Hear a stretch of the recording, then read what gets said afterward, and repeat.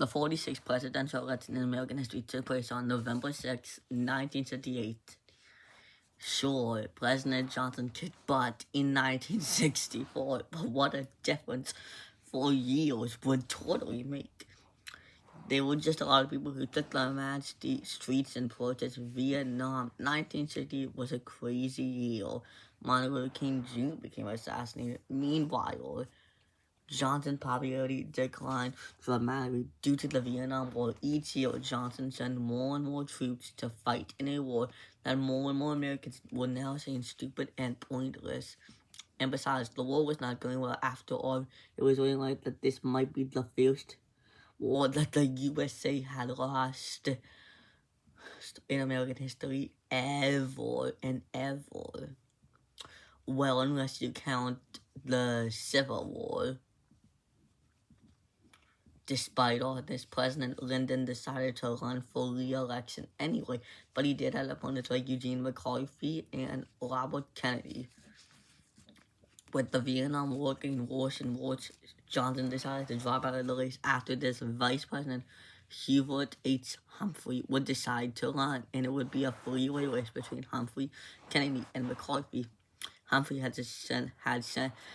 had supported sending troops to Vietnam, while McCarthy and Kennedy were opposed to it. McCarthy was a little annoyed that he was the first one bold enough to challenge the incumbent President Johnson in the New Hampshire primaries, and Kennedy was getting all the glory from it. Kennedy and McCarthy were neck and neck. But on June 5th, 1968, Robert F. Kennedy would be assassinated by a Jew named Sharon on June 5th, 1968, who to this day says he did not do it. Well, yeah. Democrats would try to press on until Kennedy's death. Many of Kennedy's supporters switched to support McCarthy. However, at the convention, despite some mad riots, Hubert H. Humphrey won the nomination with Edmund Muskie, senator from Maine, as Humphrey's running mate. Republicans once chose Richard Nixon, who was back for another go at it after losing in 1960.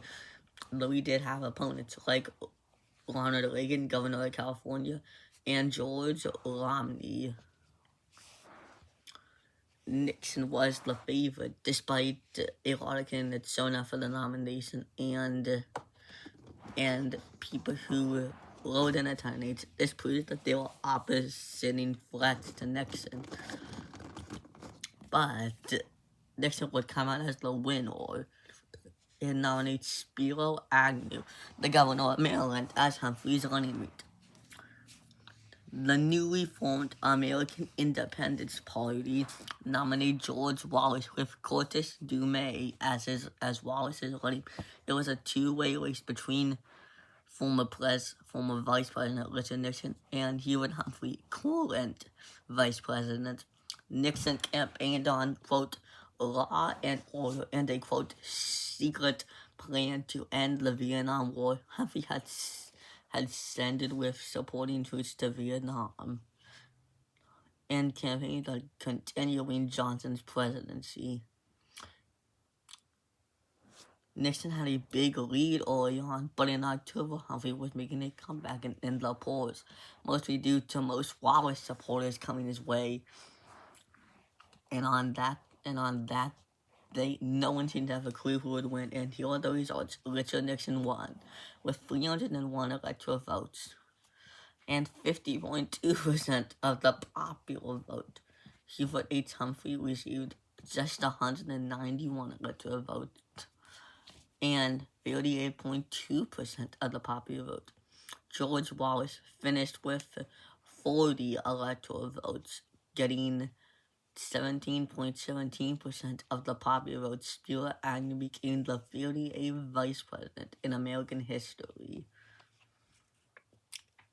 In fact, after this, the party would struggle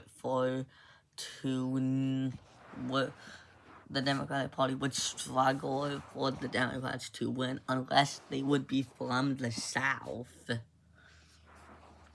Thank you for watching.